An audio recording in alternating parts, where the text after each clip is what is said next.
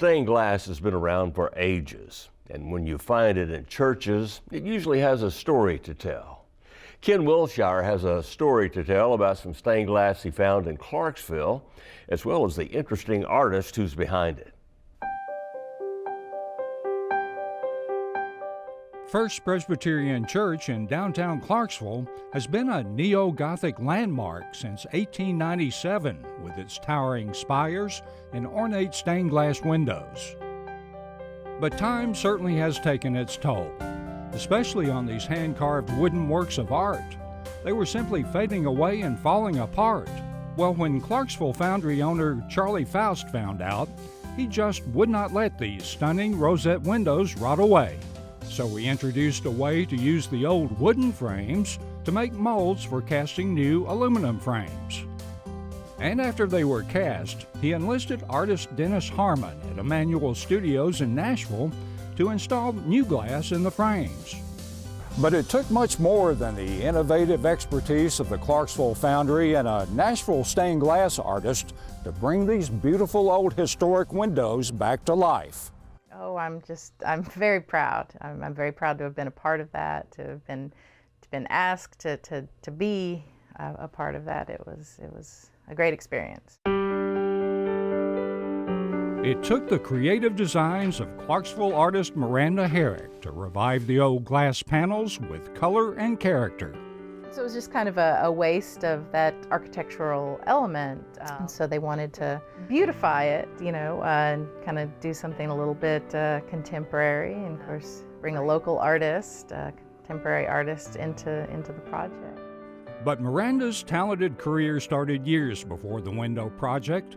She says for as long as she can remember, she's always wanted to create works of art. In school, people are always like, well, what are you going to do when you get out of college? It's like, I don't really care. I'm just enjoying being in college and making art right now. So luckily I did, my career is largely in art. I kind of figured if I did what I enjoyed, the rest would kind of fall into place, and it generally has. Well, generally, her designs are geometrical, symmetrical, and vibrantly colorful. They're very immediate. I don't know what it's going to look like. I start off with maybe a pencil grid and start drawing, just decide where I'm going to start and how I'm going to repeat, where I'm going to repeat. And then I just build, like I'll make a shape, do it however many times I want to repeat it. And while I'm creating that shape, I'll think, well, what shape is next? But I don't know what my drawing is going to look like until I'm done. And when she's done with her intricate pen and ink drawings, she carries the geometrics to another more metallic medium, as in old soda and beer cans, hundreds of them. So I'll even, be cutting up the cans and preparing them, and then notice a shape on the can and say, oh, well, how can I arrange that? How can I make that more interesting? And I'll cut them out and just move them around and play with them.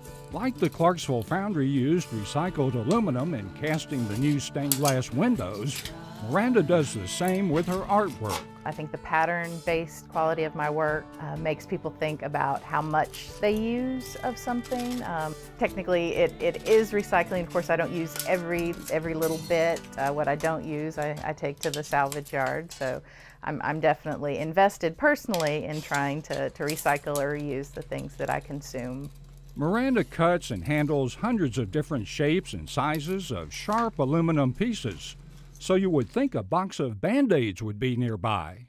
It would be, a pretty uncomfortable paper cut, but nothing that would send me to the emergency room. The most dangerous part is probably when I'm preparing the cans and I'm cutting off the top and the bottom, and I use a box cutter. So I just have to be very careful where I place my fingers, and thus far things have gone well.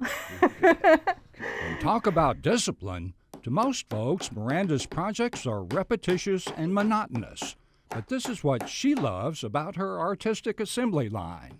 I love sitting here in my studio and just repeating these actions and enjoy the process. It's like I'm influenced by everything that has a pattern, from my grandmother's quilting to Islamic tile work. You know, all of that impresses me, and I've just soaked it in my whole life. I love pattern. I also enjoy that the creativity doesn't necessarily end when the piece of artwork goes out of the studio, because someone can rearrange it in the gallery, you know, take it home and change it to their mood. So done a few pieces that have that rearrangeable element to them.